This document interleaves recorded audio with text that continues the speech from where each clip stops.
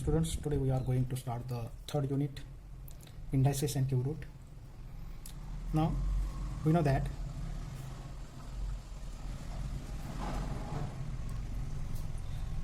two into 2 into 2, which is equal to 2 raised to 3.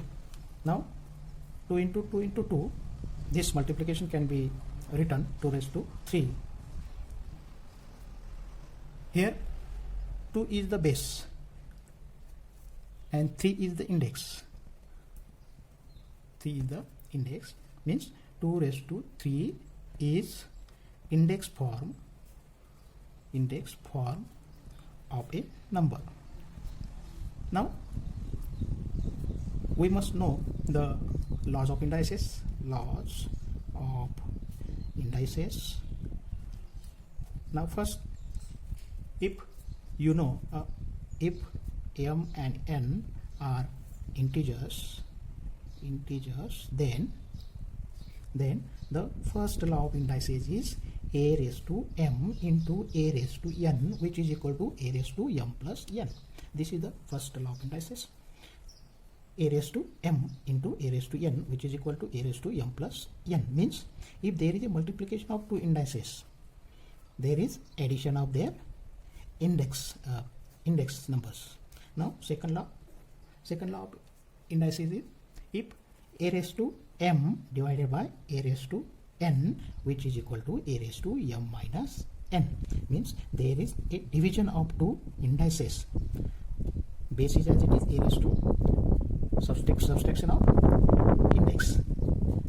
This is the second law. Now third law. What is third law? If a into b raised to, suppose m, a into b raised to m, therefore which is equal to a raised to m into b raised to m.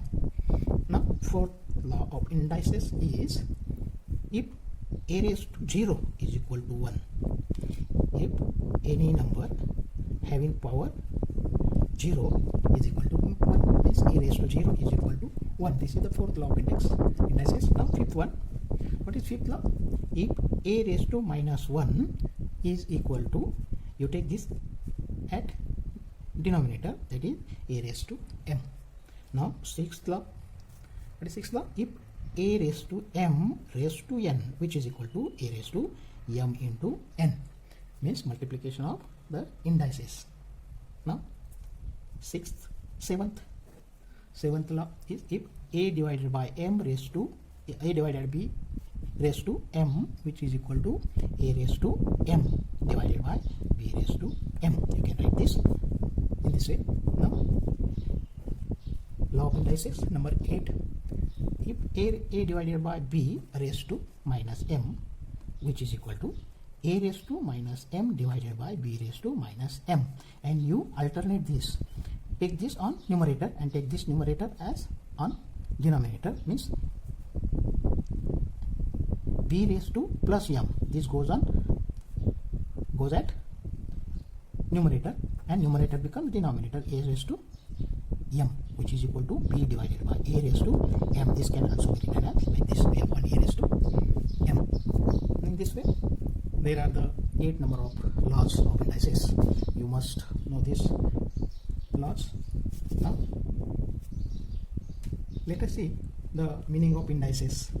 Meaning of numbers. When number index is a rational number of the form. Suppose this index is a form of rational numbers, and let us see the indices are 1/2, 1/3, 1/5, dash 1 upon n. If this index is in this form, means that is a rational number. Now square root, take an example, square root of 25. How this can be written? That is square root of 25. In this way you can write this, and this is a radical sign. This is a radical sign, that is square root. Now it is expressed as, this can be also expressed as 25 raised to 1/2, means in this square root there is a 2, and this can be also written as 25 raised to 1/2. If you further this solve, what is 25? 5 square. into 1/2. Now according to the law of index, 5 into 2 into 1/2. This 2 get cancelled, you get 5 raised to 1 means 5. Square root of 25 is 5. Square root of 25 is 5. Now in this way you can write the square root of 25 in the radical side by using radical sign. Now square root can be written as, suppose a square. Now square root of a is written as like this. Square root of a is written as like this, or this square root can also be written as a raised to 1/2, which is a raised to 1/2 is equal to square root of a. In the radical sign there is a. Now cube root of a. How cube root of a can be written? Cube root of a is written as cube root of a. Now this also can be written as a raised to 1/3. A square can be written as a raised to 1/2. A raised to 1/2, and a cube can be square root of a can be written as cube root of a can be written as a raised to 1/3.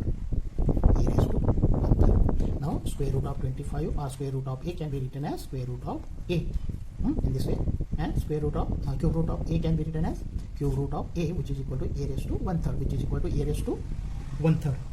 Now take another example. If 4 cube, how 4 cube can be written as multiplication of 4 3 times, 1 2 3. Now if you solve this, you get 4 into 4 16, 16 into 4 64. Now therefore cube root of 64 can be written as, how it can be written as cube root of 64, which is equal to 64 raised to 1/3. This can be written as 64 raised to 1/3. That is 64 raised to 1/3, which is equal to 4. This one. Now take another example. Now fifth root of 3.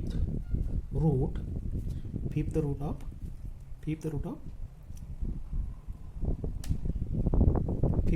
3.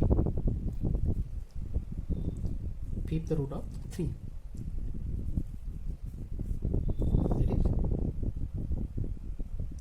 3 raised to 5 can be written as 3 into 3 into 3 into 5 times 3 into 3. 1 2 3 4 and 5. 3 raised to 5 can be written as in this way. Now if you make the multiplication of this 3 5 times, you get 243. Now that is fifth power of 3.